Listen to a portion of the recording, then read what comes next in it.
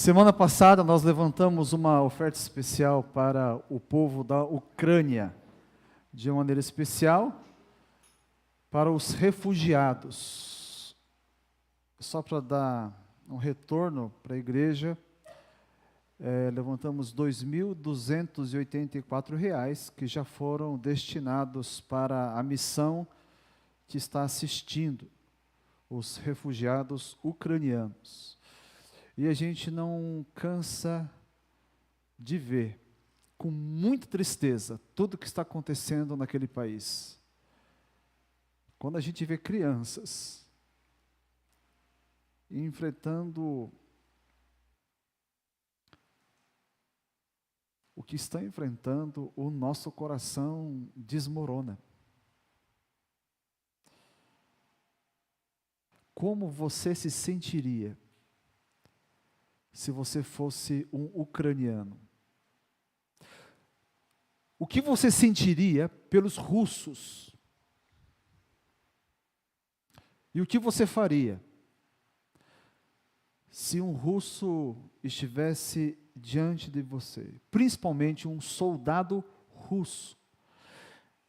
A figura que simboliza toda a dor, o sofrimento do seu povo. Presta atenção num videozinho de 50 segundos.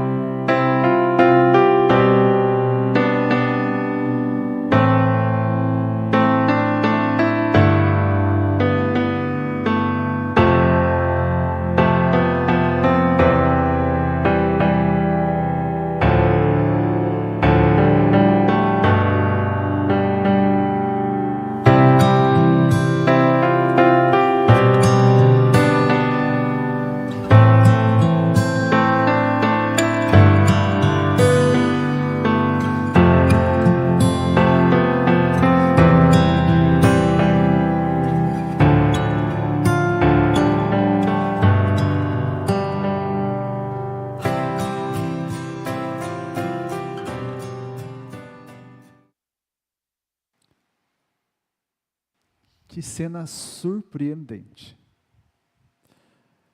Eles poderiam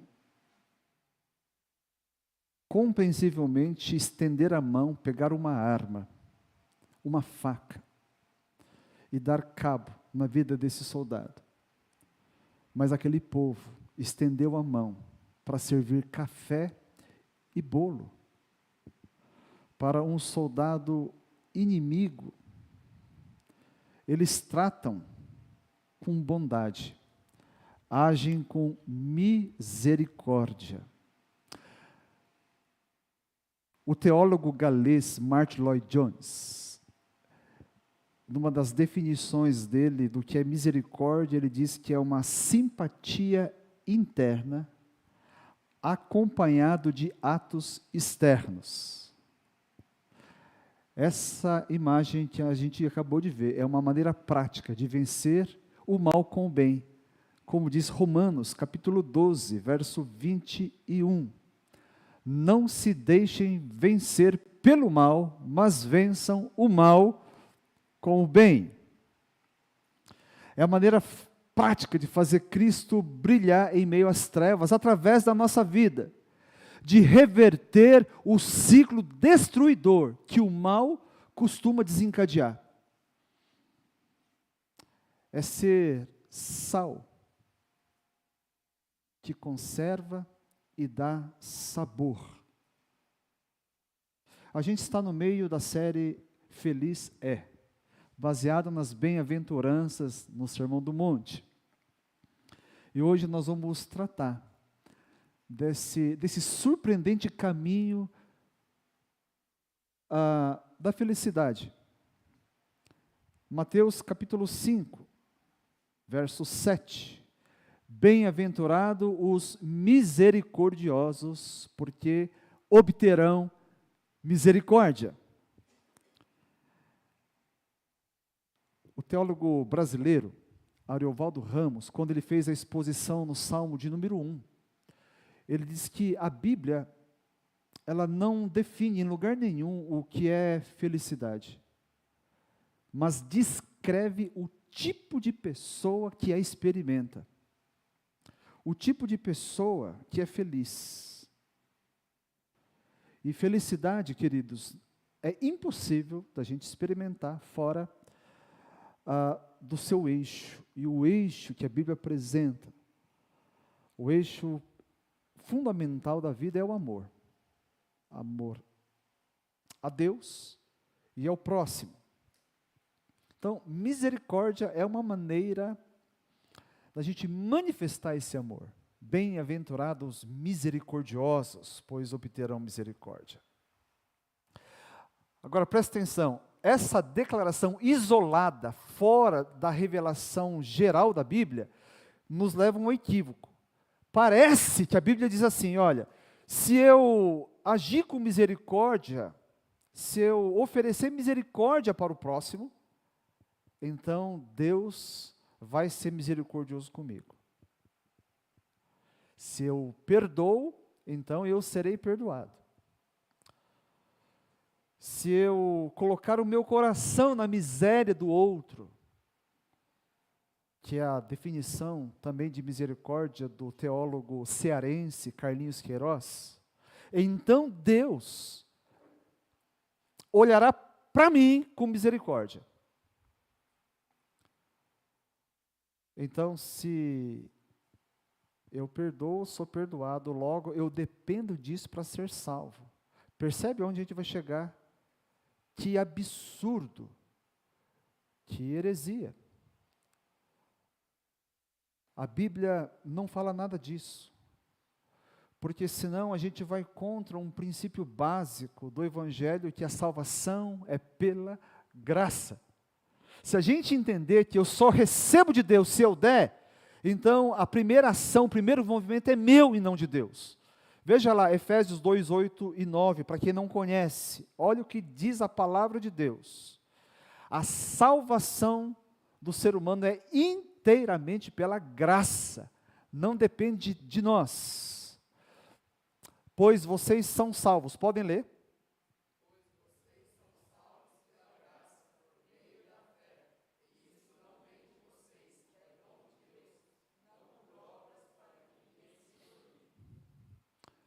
Como a Bíblia ela não pode se contradizer, porque ela inteira é a palavra de Deus.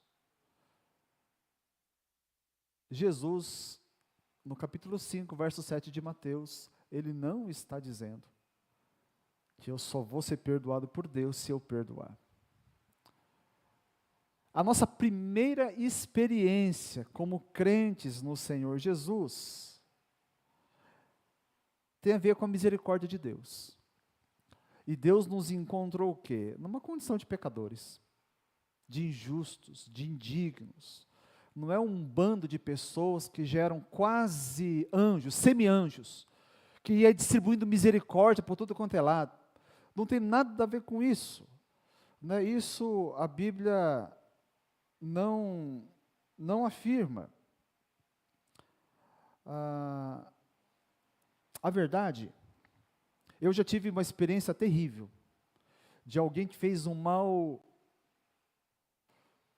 inominável, que a gente não conta para ninguém. Tem coisas tão terríveis que a gente esquece e não espalha. E pior do que fazer comigo, fez com uma pessoa que eu amo, amava e amo. E durante muito tempo, o meu desejo era de encontrar aquela pessoa. Já era crente, mas o desejo do meu coração era de encontrar a pessoa. Mas não era para matar. E também não era para amar. É algo terrível que estava no meu coração. Eu queria encontrar a pessoa e fazer o máximo de mal possível por ter ferido alguém que eu tanto amava. Porque a pessoa cometeu injustiça. E se você é uma pessoa normal, a primeira coisa que a gente pensa quando a gente sofre injustiça é aplicar justiça. Não é? Nós queremos aplicar justiça. Nós odiamos ser injustiçado. Mas quando nós estamos do outro lado, quando nós somos aqueles que praticaram justiça, o que nós mais queremos é misericórdia, não é? Justiça e misericórdia depende de que lado nós estamos. E por mais que a gente não goste da ideia de sermos misericordiosos, porque misericórdia tem a ver com situações assim. A gente não está falando de coisa corriqueira. A gente está falando de coisa séria. Dores profundas. Feridas na alma que não cicatrizam, quem sabe, nessa vida inteira. Então nós não gostamos da ideia de ser misericordioso, mas não há quem desgoste da imagem de Deus, pintada no Salmo, por exemplo, 103. Olha que tipo de Deus a Bíblia nos apresenta. O Senhor é compassivo e misericordioso, muito paciente e cheio de amor, não acusa sem cessar, nem fica ressentido para sempre. Não nos trata conforme os nossos pecados, nem nos retribui conforme as nossas iniquidades. Pois como os céus se elevam acima da terra, assim é grande o seu amor para com os que o temem.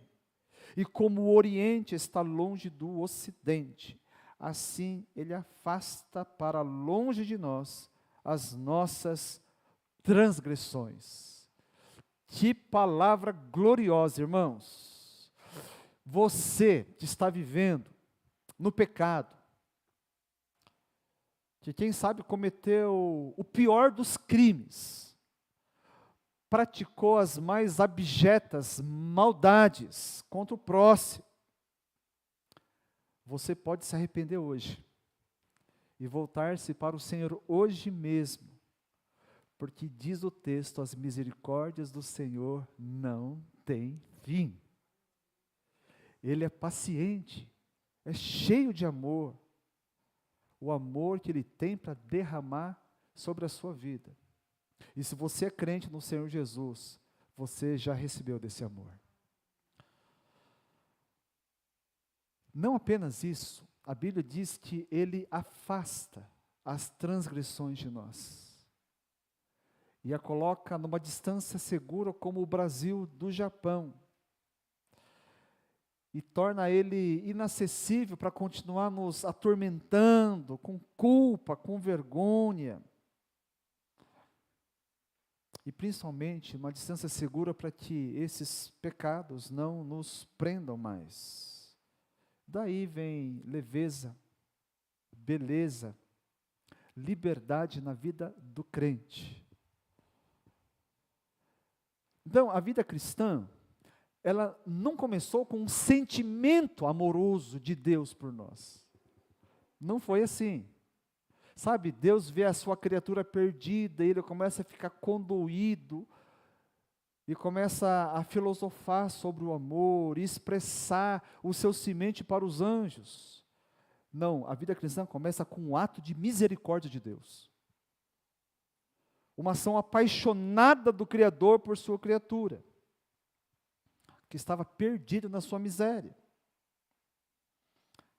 A vida cristã começa com o próprio Deus se fazendo homem e voluntariamente morrendo a nossa morte na nossa cruz.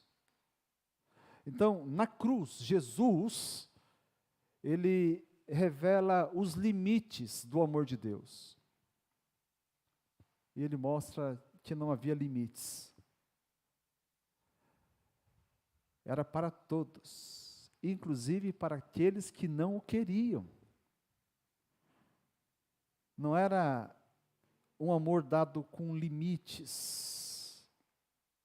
Não era um amor generosamente dado ou dado em abundância, mas era dado sem limites. Ele deu a própria vida. E olha só o que isso causa. E a gente vai começar a entender as palavras de Jesus lá no Sermão do Monte, 1 de João 4,19. Uma primeira reação às misericórdias de Deus, está ali, é amor. Nós o amamos, amamos a Deus, porque Ele nos amou primeiro. O nosso amor é apenas uma resposta, é uma reação ao amor dEle. Todo mundo aqui que já foi amado por pessoa de carne e osso sabe o que acontece quando você experimenta o amor do outro. Então, esse amor misericordioso de Deus, não buscado, não merecido, ele encanta e conquista. Passamos a ser gente que ama em reação ao amor recebido dele. Então, o crente no Senhor Jesus é alguém que entendeu esse inexplicável amor, senão você nunca se tornou. Quando você entende, quando você começa a perceber, você recebe essa revelação, então a primeira reação é se responder em amor. E então a gente se rende a Ele, a gente entrega a vida a Ele. E por isso passa a viver uma ética que não é nossa, né? Um tipo de vida, um jeito de viver que não tem a ver com o nosso jeito antigo. Porque todos nós viemos já com um chip instalado, programado, baseado em amor próprio, em egoísmo. E uma vez que a gente recebe esse Jesus, olha o que acontece. 2 de Coríntios 5,17.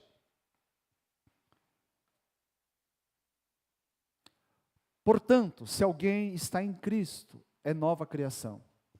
As coisas antigas já passaram. O jeito antigo de viver, de pensar, de funcionar já passou. Surgiram coisas novas. É Deus quem opera isso. É uma vida nova vivida no poder do Espírito Santo. Então, os pecados antigos são perdoados, a maneira antiga de viver, sabe, a indiferença para com o próximo, o coração egoísta, aquele espírito de vingança, tudo isso é superado. Um espírito novo entra em cena. E a imagem que Jesus pinta do que é ser crente, ilustra bem isso, lá João 15,5. Leiam, por favor.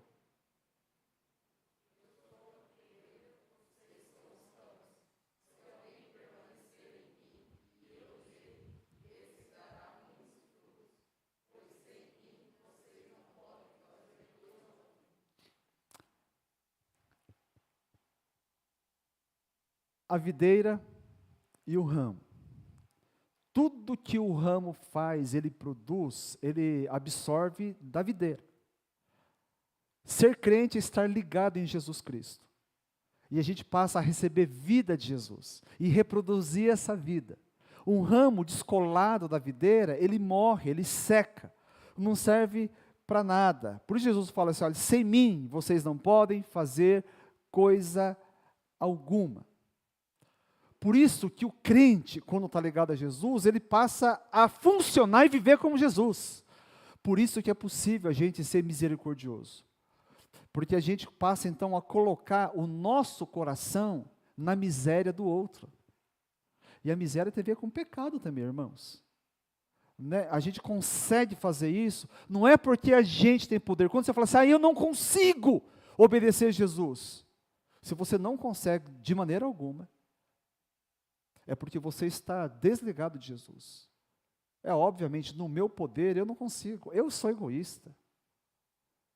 Eu sei quem eu era, a minha mãe melhor do que ninguém sabe que tipo de gente eu era sem Jesus.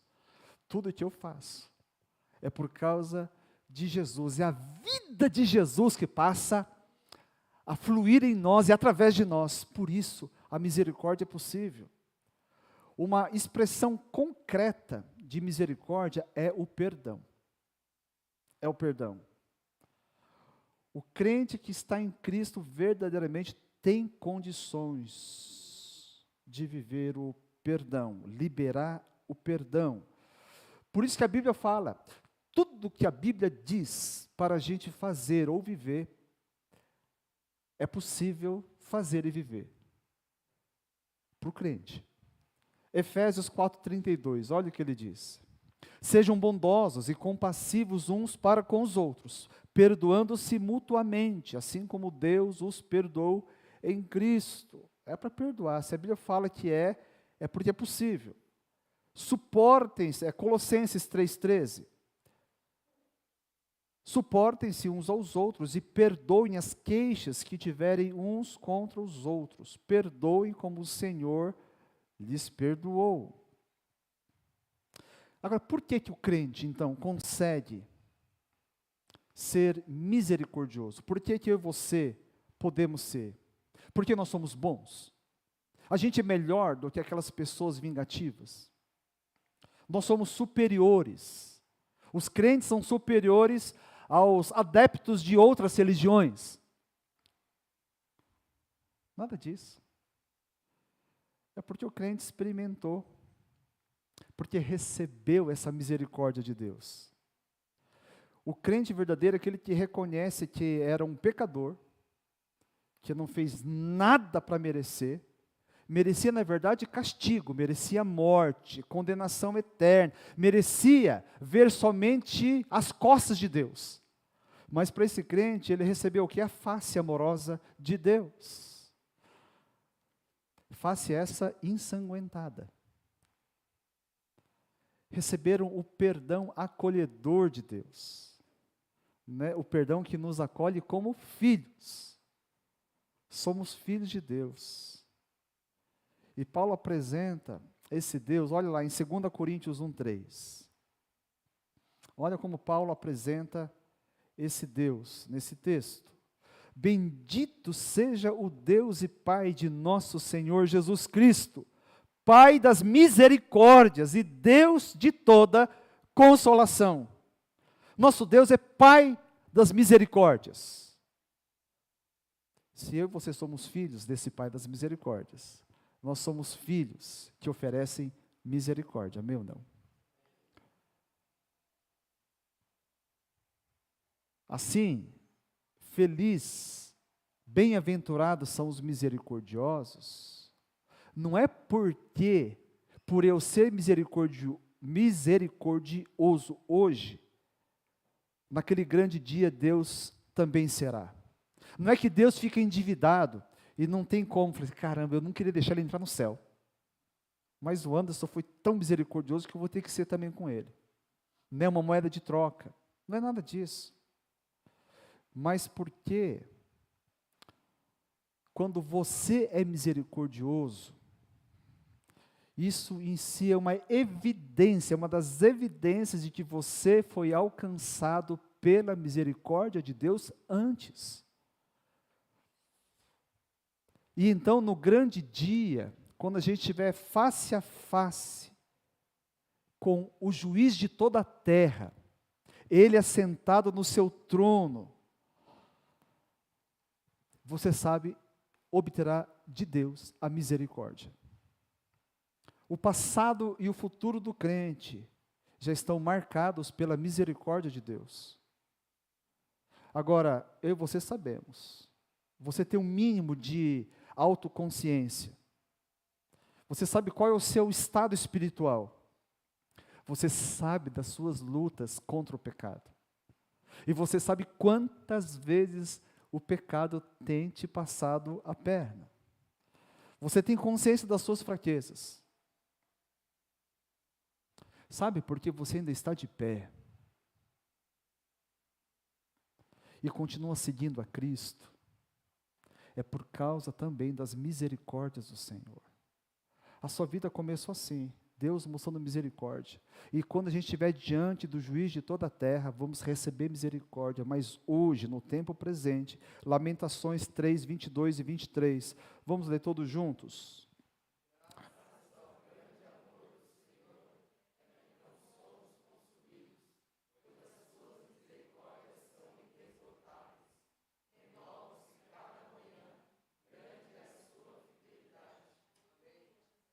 graças às misericórdias do Senhor. Não é porque a gente é bonzinho, não.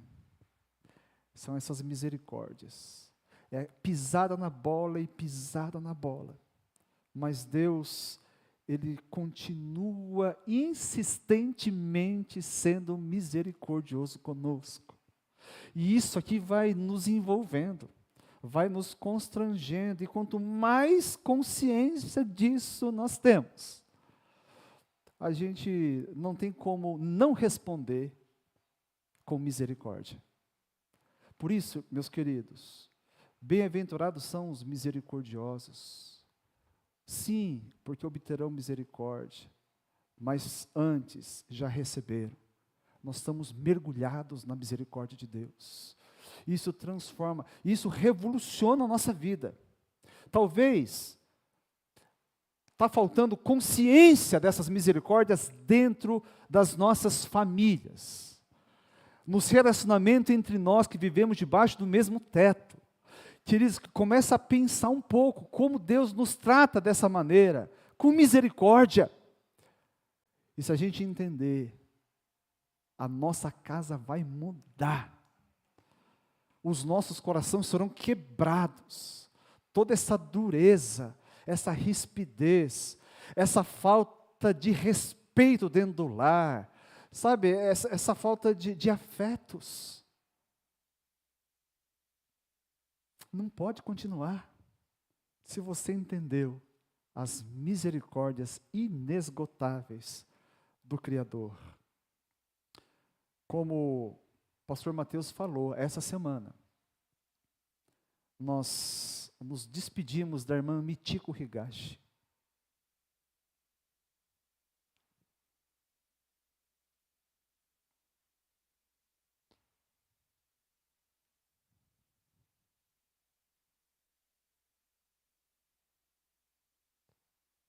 Nesses últimos tempos, o nosso irmão Eiji, agora viúvo, foi alguém que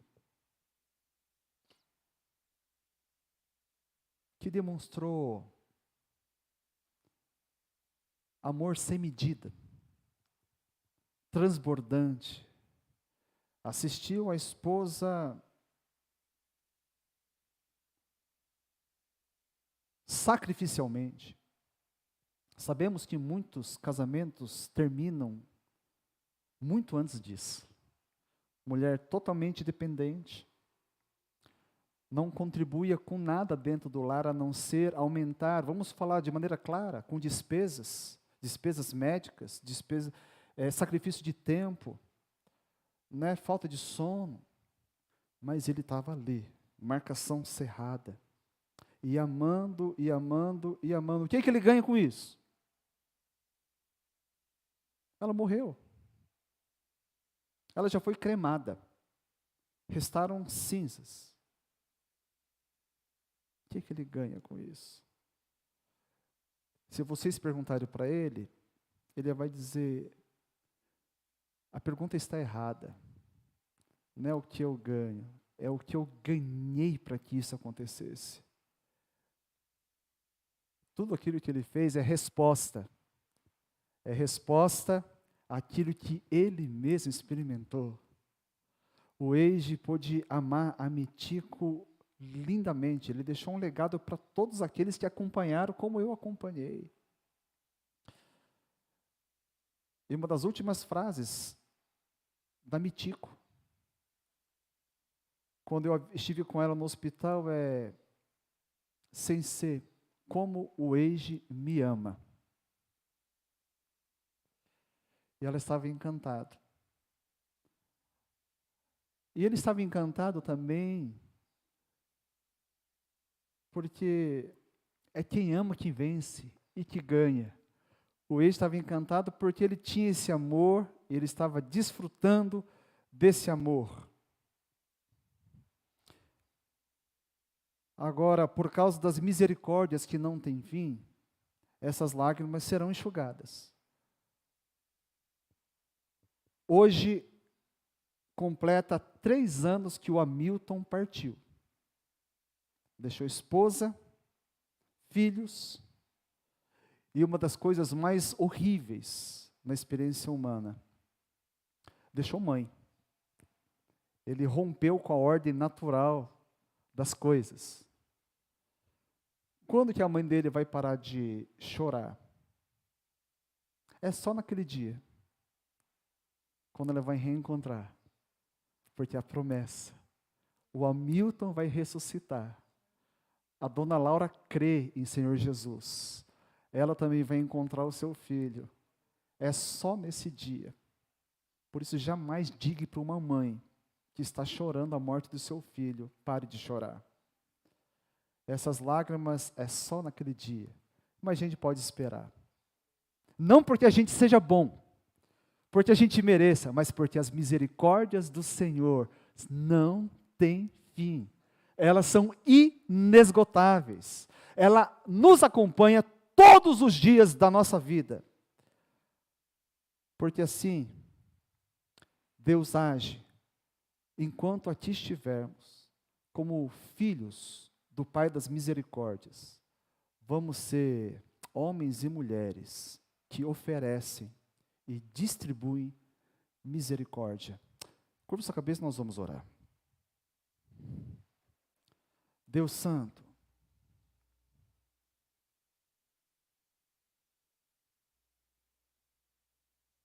nos perdoe a demora para entender certas coisas, ou a nossa demora em reagir ao seu amor, à sua misericórdia. Perdoa, Senhor, quando nas nossas casas, ó Deus, essa realidade não está sendo reproduzida. Perdoe, Senhor, nós maridos, quando somos delicados, egoístas, frios, distantes, ó Deus, indiferentes como marido, como pais, cheio de justiça para exigir. Perdoa as esposas também, Senhor. Ó Deus, muitas vezes vingativas, iracundas. Ó Deus, e assim mergulhando num ciclo insano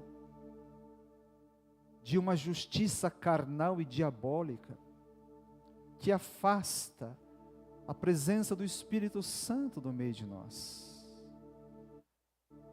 Espírito Santo, nos ajude a entender definitivamente